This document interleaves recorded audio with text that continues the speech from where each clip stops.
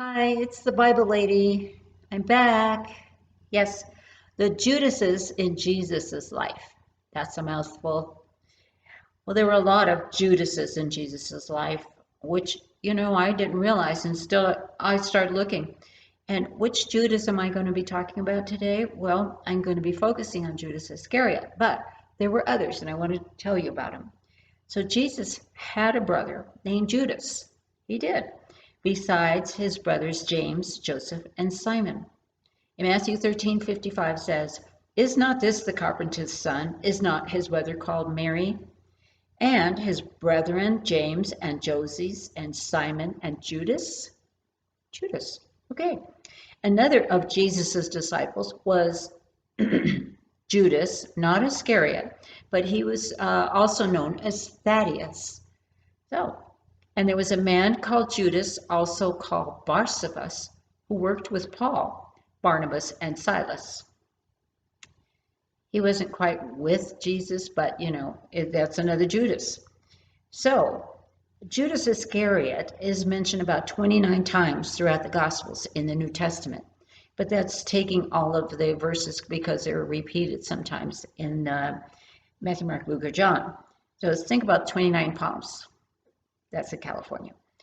Jesus was born to the tribe of Judas. Now, you said it's Judah. Yes, it is Judah. But in the King James Version, in Matthew 1:2, it says Judas. So Judah is Judas. Judah was one of the 12 sons of Jacob, and Mary and Joseph's lineage was through the tribe of Judah. That's why Jesus was born through the tribe of Judah. So, and the name Judas in Hebrew means praise. So think about this. Jesus' life was wrapped in praise because it was his foundation, and it was at his end, the culmination of his life because of Judas Iscariot. So now there's a lot of unrest manifesting, hatred, and a lot of stuff going across our nation today. Really awful.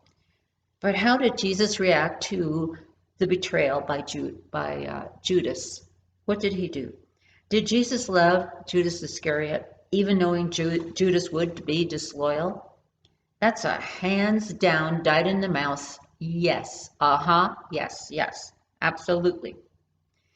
Because Judas was with Jesus, with the other disciples, the entire time. In fact, Jesus made Judas the treasurer. And you know what? Judas was a thief.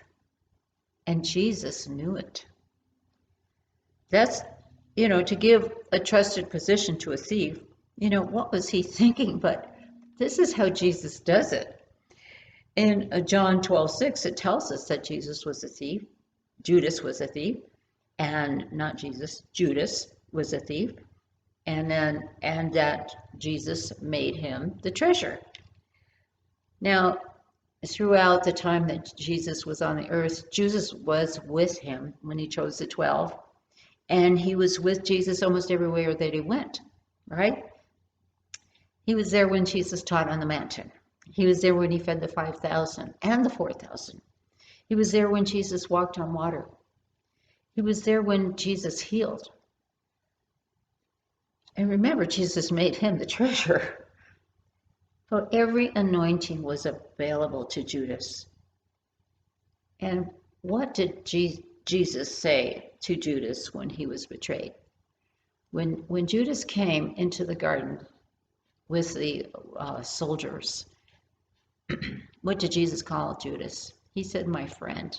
He said, "Friend." Does that teach us anything about how we're to react and treat others? I would think so.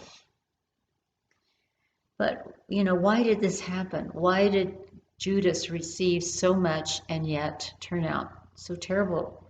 Well, I don't know, but Jesus spoke about seed falling on hard ground and on good ground.